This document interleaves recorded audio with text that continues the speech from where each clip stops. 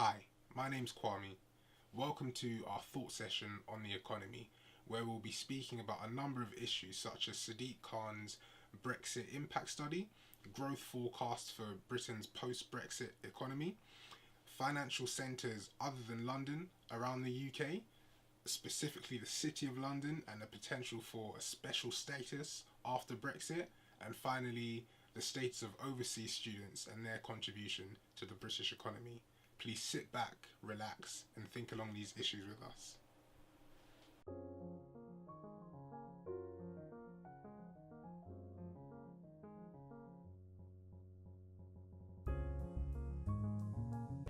So we'll start with the Brexit impact study. So a couple of quotes that were pulled from the article written about it. I'll just read them out and then we can get into discussion about it afterwards. The analysis suggests that 500,000 jobs are under threat from a no-deal Brexit by 2030, including 87,000 in London. Financial and professional services would be the worst affected key sector, with up to 119,000 fewer jobs nationally. That's what one of the things the report says. And there could also be 92,000 fewer jobs in science and technology, and 43,000 fewer jobs in construction. So a lot of bleak propositions there from it. But then considering these statistics, and these are based on the UK leaving the single market and the customs union, and one of the things that Sadiq Khan is trying to advocate for is some way of London having some kind of access to the single market and the customs union. So one thing that we can think about is whether it's possible for London to have a separate deal from the rest of the UK. And then if that's not the case, then how can we get around these, essentially? And one of the ideas I've thought about is a lot of it is to do with job creation, and that's obviously understanding that the uncertainties surrounding migration are going to play a key part after Brexit. So clarifying the status of EU nationals can be a key thing that can be done to remedy some of these possible challenges. So yeah, so what do you guys think about that as a point? Any other ways that we can try to get around these difficulties? I think because we've been too busy focused on the EU and obviously creating jobs within the EU, obviously I think 3 million British people something work in the EU as well, so they need to be considered, because are they going to lose their jobs if if we leave the EU? Because, well, if we leave the customs union in the EU, of course, but yeah, so that needs to be considered. But also there's quite a positive side in that, because we've been so focused on the EU, we can then think about relocating divisions of companies, say, to places like America and Canada, because that could be another option, not more EU regional expansion but more worldwide expansion of jobs and divisions. That's interesting. So it means that the report in a way is too Eurocentric. Yeah. It doesn't take into consideration the other things that we've spoken about in other weeks about opportunities in different parts of the world and that. Yeah. I also think that being a bit more positive about things. So the second week of December we had Claude Juncker and Theresa May making an agreement on citizenship rights already. So you've now got an agreement where EU citizens and UK citizens that are travelling and working in the EU have 20 years now of enjoying those rights. And yes, okay, you can criticise and say 20 years it's not enough, it's kind of a piecemeal thing, but that does give greater clarity for those workers. And I'd also maybe say politically as well, you have to ask yourself why Sadiq Khan has published this document. There is a loaded reason for someone wanting to publish a document like this, and though I'm not trying to make it political and where you sit on the political fence, I think that's quite important, because it shows that clearly where he would sit himself if he were in government. And I would say on the final thing that about the whole modelling and about America, I think a lot of people are quite worried about London becoming, or UK becoming a Singapore type model, so where we are very financially focused but we don't really have anything else.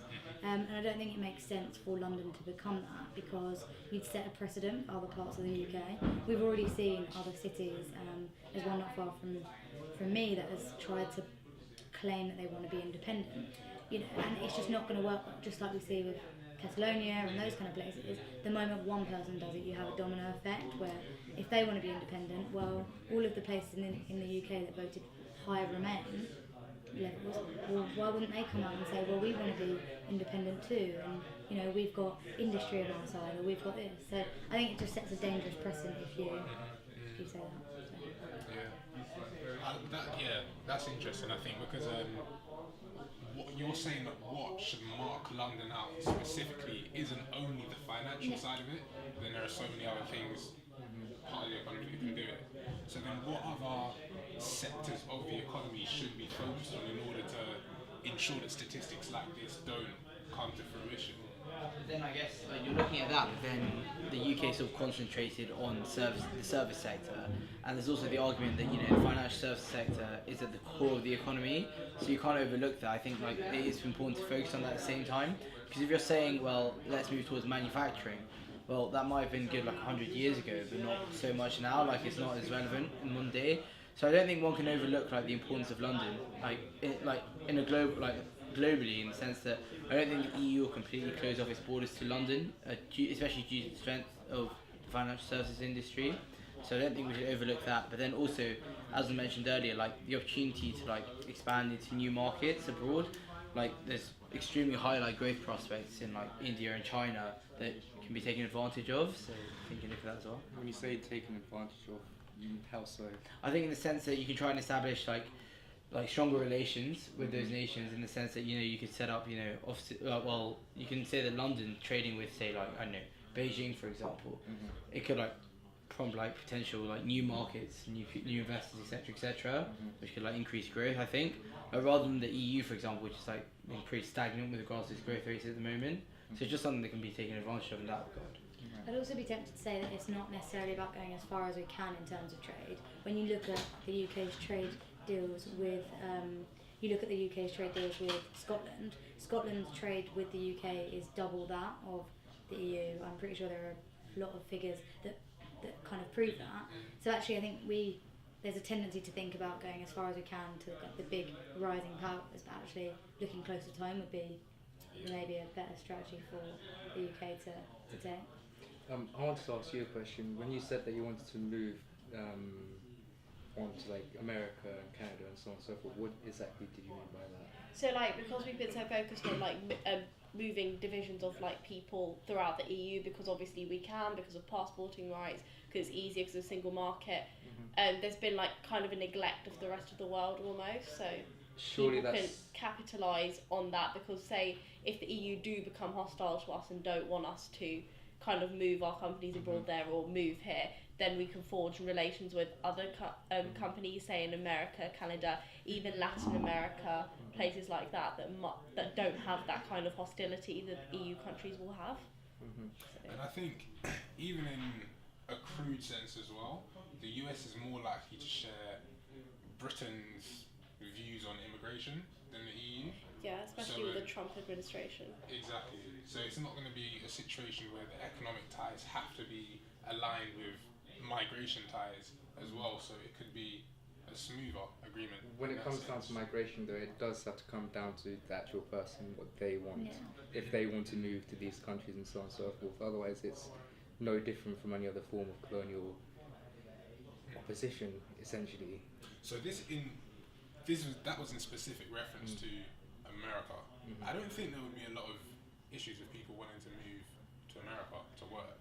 I mean, we're already seeing issues with, HSBC, I was reading an article, they announced 2 years ago they're going to move their hub from London to Birmingham, and they've managed to convince less than half of the people that they want to actually get them to move.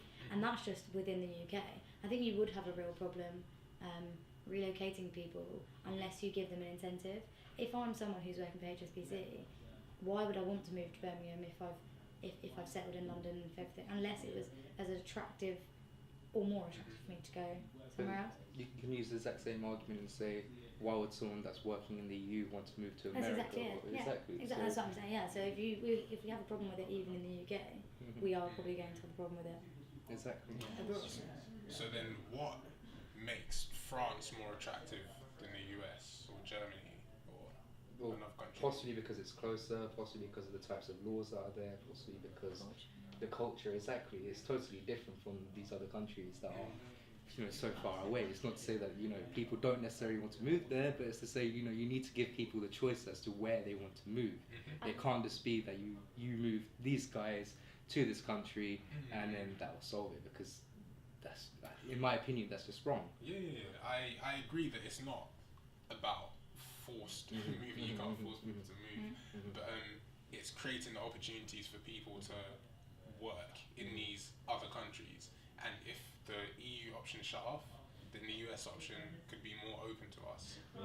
So that's it. The opportunities. And also the EU's looked so appealing before, obviously because it's easy, because you've got the Schengen area, which means you can pretty much go anywhere. But that, obviously we're not in Schengen right now, but we still reap the benefits of it. I remember when I went on holiday to Belgium over the summer, I went through France, went through Belgium, no one checked my passport. I didn't get checked for anything. It was literally just like going from, say, London to like another big city in the UK, rather than cross like country. And I think that that's a big appeal of working in the EU, because you can pretty much go anywhere, and also there's cheap flights as a result of that, of this open border system. And obviously if that gets shut off to us, there is going to be a massive problem, as people won't have the same incentives to go work abroad. So I guess that could be good for the UK in a way, because we can keep like some of our best skilled workers here. So that's kind of a benefit.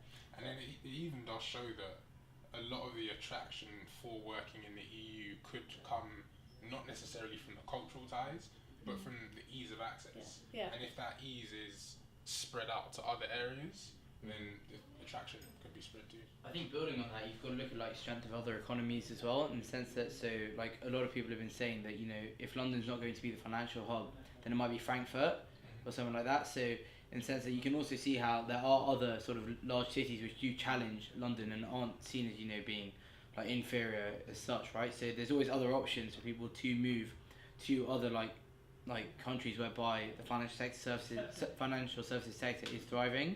So it's not saying that that's completely cut off as an option either.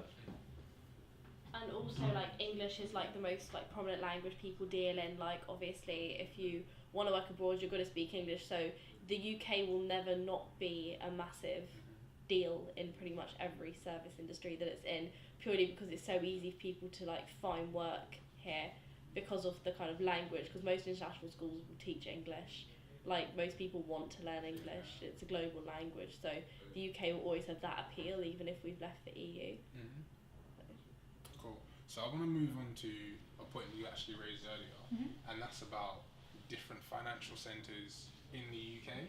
And so it is focusing more on the services industry, but again, because it's so important to Britain, I think that when you're speaking about the economy, you have to speak about the services industry. So the first thing I want to touch on is HSBC moving its headquarters to Birmingham.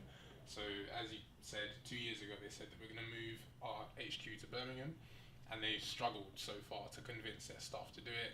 And that's in spite of having a really environmentally friendly building and cash incentives for people to go over there. They're still struggling.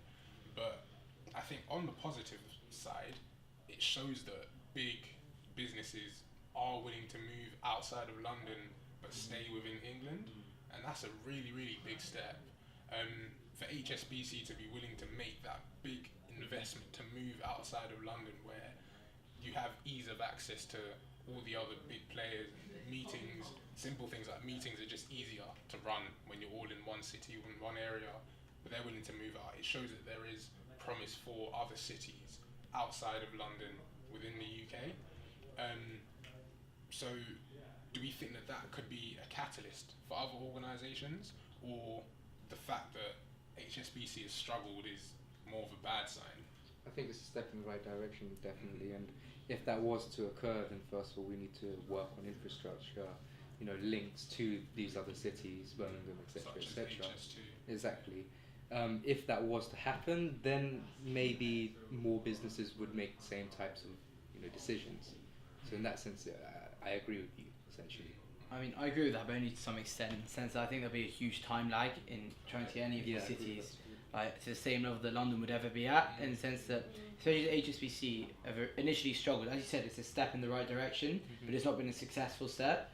So I think it's one of those things that would take time, and I don't think other organisations, especially in the short run, will like subscribe to that vision of like moving to new cities. And it's always going to be that thing, like there's got to be a first player in the market in that regard, and there's no like definite that will definitely happen.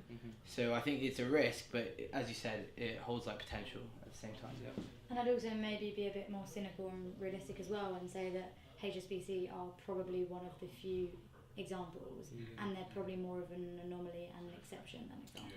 To counter HSBC, you've got Lloyds, you've got Amazon, you've got not just financial services companies. A lot of companies, not even thinking about they're thinking America, they're thinking France, they're thinking Frankfurt, they're thinking all these different places because they want to be in the centre of Europe, and that's effectively the single reason. Because when you get out of the European Union, you are getting rid of the passporting rights, you're getting rid of a lot of things.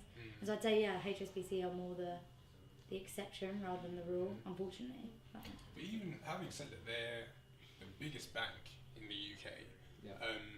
And in addition to that, a report was put out by an organisation called the City UK, and they are a group of people that represent different city sort of firms. And the report was in association with PwC, and they're essentially trying to promote financial centres in other cities aside from London. And this is one of the quotes from the report. It says, regional and national financial centres will have become more important within the UK industry. This is how they envision 2025 to look. There must be a strong supply of local talent with relevant skills, competitive costs and high productivity. Banking, insurance and asset management centres outside of London will continue to develop, hosting more headquarters of major companies, while other regional and national hubs will focus on enhancing specialist roles, which serve both UK and global markets. And so, one model that we can look at is America, where they've got a number of major cities, so New York, Chicago, LA, key cities all across the country, and they each provide something unique and different. New York, you would probably point to as the main international hub, but Chicago's got a lot to offer in the same way that LA does. And so I think, why can't that be the case with Britain? Why can't we offer something similar? Even like say in the US, you said obviously New York and Chicago's big financial hubs. They got Seattle, which is literally like the biggest hub for technology, and if Britain capitalise on that and develop different services elsewhere, so say London's a hub of financial services, but then we can make somewhere like, I don't know, Bristol, Birmingham, places like that, the hub of another type of service. So really like spreading services elsewhere in the UK so that they're not so London focused, so that London doesn't have this kind of authority to say, oh, we can go independent. Not that they ever would, but just so they wouldn't say it,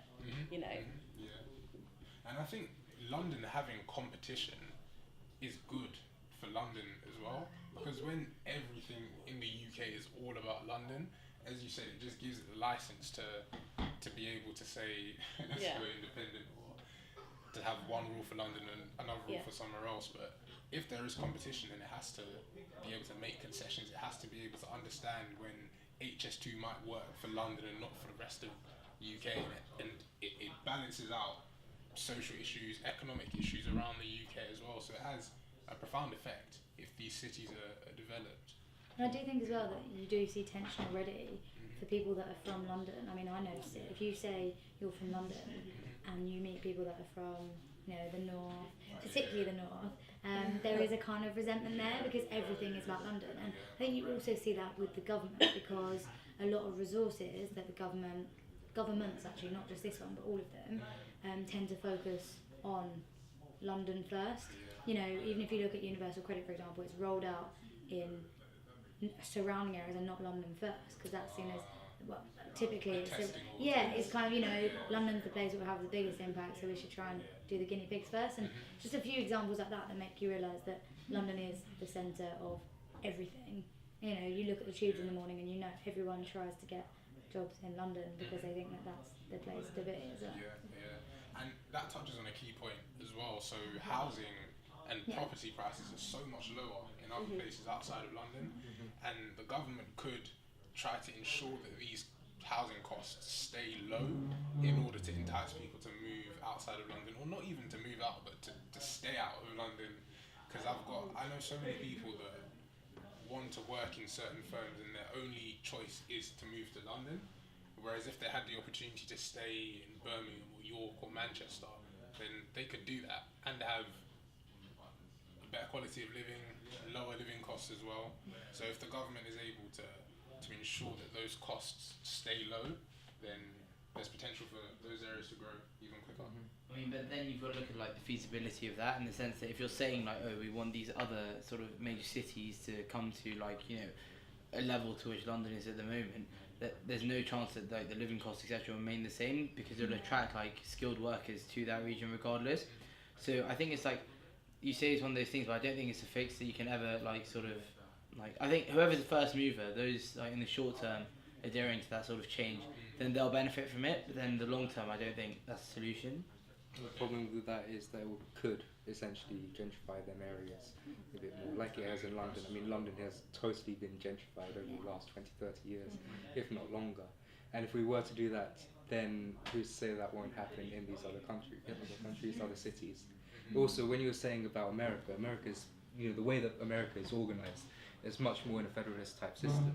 So in that being said, then if you were to do something like that within the UK, then you would have to have the same or similar type of federalist system throughout the country, which would mean that, you know, different cities would have different, you know, laws, etc., etc., which, in my opinion, isn't necessarily a bad thing, but it's just another point to put out there.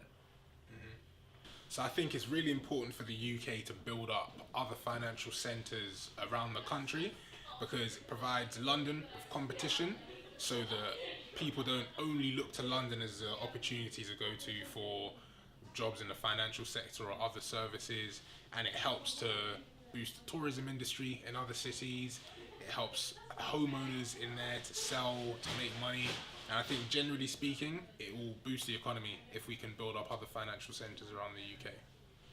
The weaker pound might actually be helping to close the trade deficit, because consumer spending is dropping, and that also means that imports might then drop if we're just buying less things, and that can influence the way that the Bank of England chooses to increase interest rates. So it could affect like the speed at which they choose to increase interest rates, and whether or not they choose to do it at this point or not. So in a weird way, is the weaker pound actually helping the economy? Yeah, I think so, because obviously a weaker pound would mean that imports become more expensive and then exports are cheaper, in the sense that, as you said, consumer spending, although it might not decrease on a whole, people look inwards, they wouldn't like necessarily buy as many imports. That's sort of the general assumption. So you could say that, you know, the weak pound is aiding the economy, but on the flip side of that, you said the economy's grown 0.6% in the last quarter. Surely, like without the impact of Brexit, that could have been a lot larger and a lot greater. So although it is a positive sign, it's still not like reaping as much benefit as it could have done. But yeah, I think definitely the weaker pound has had a big impact on like restoring the economy and ensuring like growth. But also on the hand of imports being more expensive than exports, we're not a rentier state. Like, we don't really have that many industries that we can export goods from. Like, I mean, the mining was shut down in the 1980s, which was a previous big sector for us. We don't have much going in the field of agriculture. We have to import quite a lot of stuff, and if imports like are going up, then that's going to have a really detrimental effect for the UK. So either we work on building our own industries and making sure that we have really good products that we can export, or the economy will suffer. So again, just to touch on this, so some of the stuff that we are exporting quite well are cars, machinery and crude oil, and then works of art as well, interestingly. So, and that's quite niche, and that's actually something that I think that can be focused on more, because you look at the cultural heritage of Britain and being able to use that within the art industry is something that can actually help the economy a lot. So yeah, so the really niche industries could be something that could be focused on again. And we've touched in the past before about Rolls-Royce and how that has such a strong hold on engineering around the world, and it's a very British industry, and being able to boost other industries like that? Like, do we have any ideas about how we can sort of use those kind of models in other areas, or are there other examples that we can touch on too? I think the government employers maybe try and do that through like encouraging STEM subjects, or for example, trying people to trying to get people into different industries. But I think just one of those things whereby it's not a slow process. It's not a quick process. It's a slow process. It's definitely something that will happen more over time. So sort of finding this niche industry that you're mentioning will take time as a process. And as you said, like works of art, for example, maybe if you looked at it a few years ago, even like I didn't know about that. So for example, it's just showing that there are sectors and industries which are thriving, just like it's not widely known. So like the more widely it becomes known, the more people that will tend to work in that sector, and therein it can grow. So yeah. The idea of it being niche though makes me think that it's only going to be a small amount of people that are actually going to be benefiting from these types of industries. It's not going to be something that's going to be able to benefit the country as a whole. It's only going to be a small amount. I had another point, but I'll be back with that. I can't remember right now. So, I don't know, I see where you're coming from, but then you look at Silicon Valley, for example. Out of the population, that's like negligible, but in terms of the impact of that on the US economy and the global economy, it's massive. So even though a few people, or even though the number of people directly involved in it might be small, it can still have a big impact on the economy just because it's bringing business to the country. So with the Silicon Valley in America, my understanding of that example in particular, my understanding is that is in San Francisco. And if you were to look at San Francisco, you see the divide amongst people, and the divide is excessive. There's people at the very, very bottom that are in absolute poverty and are not able to reap the benefits of those at the top that are benefiting from Silicon Valley. And I feel like that in itself is an example that could show what could happen within the UK if you were only to focus on these niche products. It's not to say that you shouldn't do that. I do think that you should, but we should be very, very, very aware of this. And if we were to do something like that, then we need a much better welfare state to be able to level that out. Yeah, I think that's a fair point. Like, I'm not expecting these industries to get rid of poverty. Like, I don't think that one industry or one business alone can do that. It requires a multitude of different factors and government intervention as well. So yeah, I think we're on the same page with that. With Silicon Valley, comparing it to sort of fine art and that as like an emerging industry, tech is something that a lot of people are invested in. Whether that's something that they actively think about on a day-to-day basis as you would working, in Silicon Valley, or if it's someone who's just engaged in using tech, as opposed to fine art, which isn't necessarily something that people access in the same way. So I don't know that it might have the benefits of it might be like relatively significant, but nowhere near as significant as Silicon Valley for the entirety of the US and the world, considering how significant tech is in the average person's life and day-to-day activities. You said something earlier about people spending less money. Can you repeat that? What were you saying? Yeah, so that was on the imports point. So because the strength of the pound has dropped, you're going to buy less things in dollars, for example. So whereas like £1 would have equaled $1.8 before, now it's like 1.3. So it just means that you have less spending power in the grand scheme of things when there are imports. And that is, so it's decreasing consumer spending because we just have less money when put against other I think with currencies. that you've got to ask, I don't have an answer to this, but you have to ask why people are spending less money. And for me, if I were to think about it, I would say it's because people are struggling a lot more. People are in a lot more debt. People are a lot more anxious about their current predicament, essentially. And if them things aren't addressed, I don't think that the economy as a whole would improve.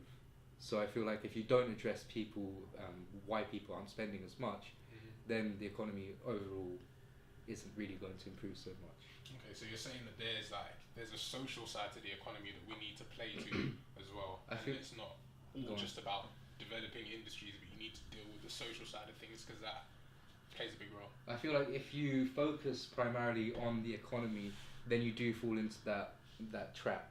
and that is a very dangerous trap in my opinion. Like it makes me feel as if you're not you, but you know, you're depersonalizing, dehumanizing people and putting the economy before people's actual needs. And in doing that, I wouldn't want to live in this country if that was the route that we are going down, essentially. By focusing primarily on economics, there's a big opportunity for us to forget that it is people that matter most, and we need to focus more on the social situations rather than just on what is good for economics. So the last thing we're going to touch on is the influence of overseas students. So overseas students, it's said, add 20 billion boost to the economy during their stay. If this is the case, then the UK has to continue to attract overseas students. And we know that from being students that the fee difference between a home student and an overseas student is crazy. It's abusive. It is, honestly, yeah. So it's important to attract overseas students, not only because of the fees that they pay, but just spending when they come here. When we speak about art, museums, tourism, these kind of things are attractive, and that's what brings overseas students here. That's where they spend their money, because if you've been born and brought up in England, seeing Trafalgar Square is not a thing to you. Probably seeing Buckingham Palace isn't a thing, but there are people, millions and billions of people, for whom that is a really, really big thing. So what can Britain do to make sure that overseas students are still attracted to come here after Brexit? I mean, I don't think it's anything that can be explicitly done. I think the value of our institutions speak for themselves. So people are like, they're not coming here because they want to.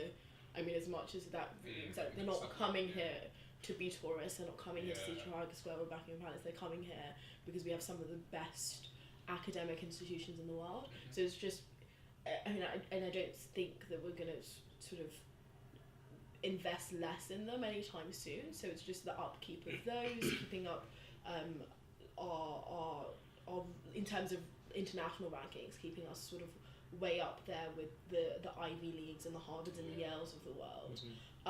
That alone is enough for people. And obviously the city itself is lovely, so people who come to London or Oxford or Cambridge, these are really lovely towns.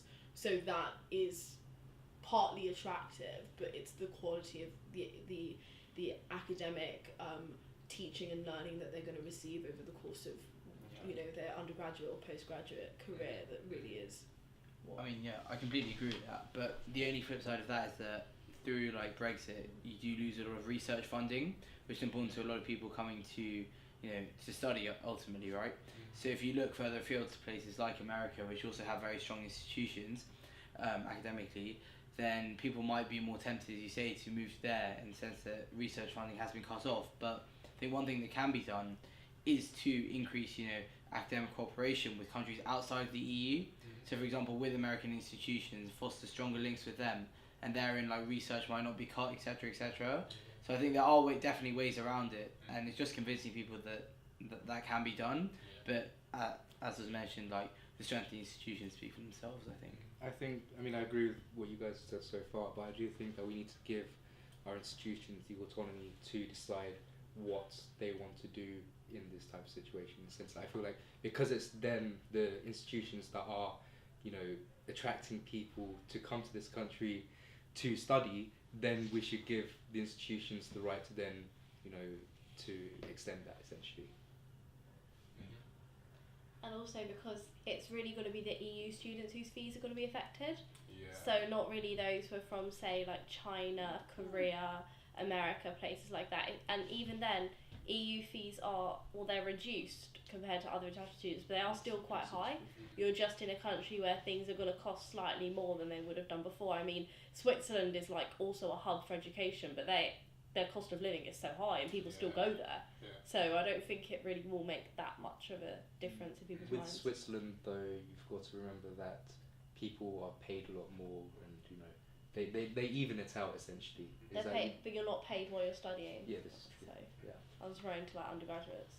But A key point as well is the way that Britain handles the immigration status of students. So is there a potential for students to have a specific immigration status and not to be, I think it's migrant workers they wanted to class them as, and just simple things like that can put people off having to go through large bureaucratic systems in order to be able to study somewhere. And if that is to be the case, as I assume that it will be, we probably need to ensure that it's worth the struggle for them. So again, like, does it mean that we should there be slashes in fees afterwards? Because if EU students aren't going to get a discount by virtue of being EU students and are going to have to pay overseas fees, then in theory you're going to have, and saying all things being equal, so the same amount of EU students coming over, you're going to have more people paying the higher end of fees because they'll all be considered overseas students. So then would it make sense to drop overseas fees in the assumption that you're going to have more people? Oh yeah, I think they should drop them purely because, as we said, it's quite unfair as it is how much they pay, and if that's got to be a trade-off that we have to make to get incentives for students to come over here when they're put off by Brexit, then I think it is kind of a necessary thing that we need to do. And if we, like, also, I mean, not that we have the means to sustain this, but we look at, this is Britain exiting the EU, but they're in Scotland, where EU citizens can attend any Scottish uni for free. Yeah. And, like, the difference between that and paying potentially 18 grand for 1 year of education, and that's undergraduate, not even considering how expensive postgraduate study becomes. Something Has to change, has gone okay. terribly wrong.